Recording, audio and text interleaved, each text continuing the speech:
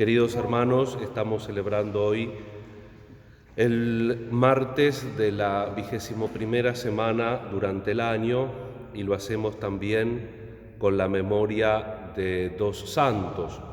San Luis, rey de Francia, tenemos una provincia dedicada a su nombre, en latín Ludovicus, porque en latín hay dos maneras de decir Luis. La raíz alemana es Ludovicus, que es Luis, se traduce al castellano por Luis, y después está la raíz latina o la raíz italiana, que es Aloysius, que también se traduce por Luis. Por ejemplo, San Luis Gonzaga es Aloysius, San Luis IX, rey de Francia, el día de hoy es Ludovicus.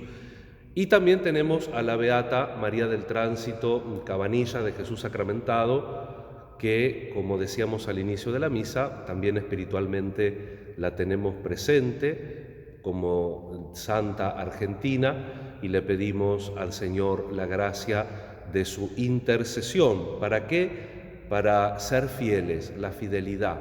El tema esta semana, desde el domingo, el primer día de la semana, con la confesión de Pedro, donde Jesús nos dice o nos pregunta a nosotros también quién decimos que Él, quién es Él, el testimonio ayer de San Bartolomé, que también es conocido por Jesús debajo de la higuera, Jesús que conoce nuestro interior, nuestro principio, Jesús que nos llama, y entonces ese llamado, ese conocimiento de Él y ese conocimiento de nosotros tiene que suponer también un camino de fidelidad. Hoy comenzamos a leer el Nuevo Testamento, después de varias semanas leyendo el Antiguo Testamento, tenemos la segunda carta del apóstol San Pablo a los cristianos de Tesalónica.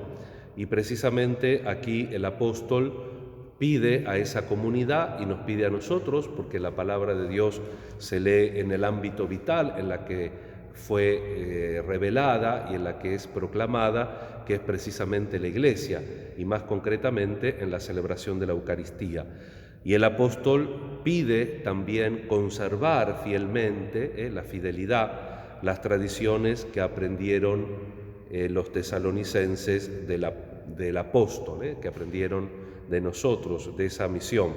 Nosotros no olvidamos que la esencia de nuestra vocación cristiana es misionera. Queremos decir, de hecho, en la oración pidiendo por el nuevo obispo, recordamos que queremos ser discípulos misioneros, esa gran intuición de Aparecida, que tuvo la importante colaboración en ese momento del cardenal Bergoglio y hoy nuestro Papa Francisco, que precisamente nos pide esa misión que nos haga salir de los centros, del centro de nosotros mismos, del centro de la religiosidad entendida como un fenómeno y también del centro de las necesidades, ir también a las periferias, a las afueras de las necesidades de la gente para que esa misión nuestra de verdad toque la vida y toque la necesidad del otro como lo hizo Jesucristo.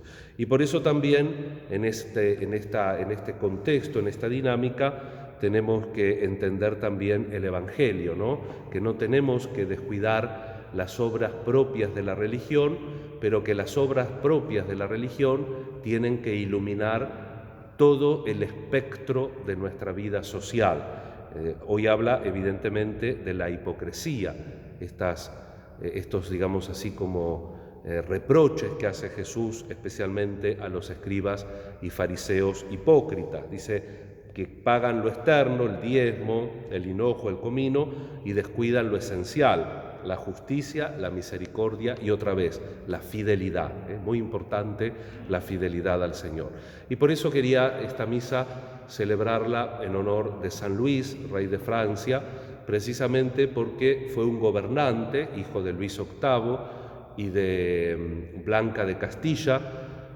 A su madre debe los principios precisamente de la fe, fue un católico verdaderamente convencido y un católico, podríamos decir, que entregó su vida, porque después de la primera cruzada que hizo contra los albigenses y que logró una cierta expansión de Francia, siempre se centró en los principios precisamente que dice Jesús, la justicia y la misericordia.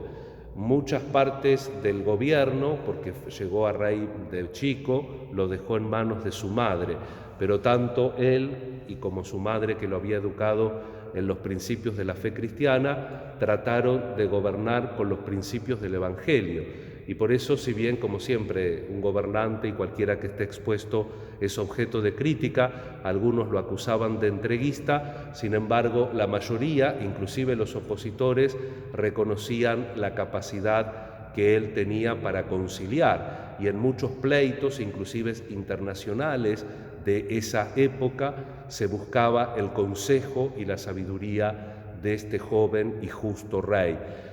Lo quiero evocar porque es importante también por dos cosas. La primera, que creo que mundialmente tenemos una crisis de gobernantes.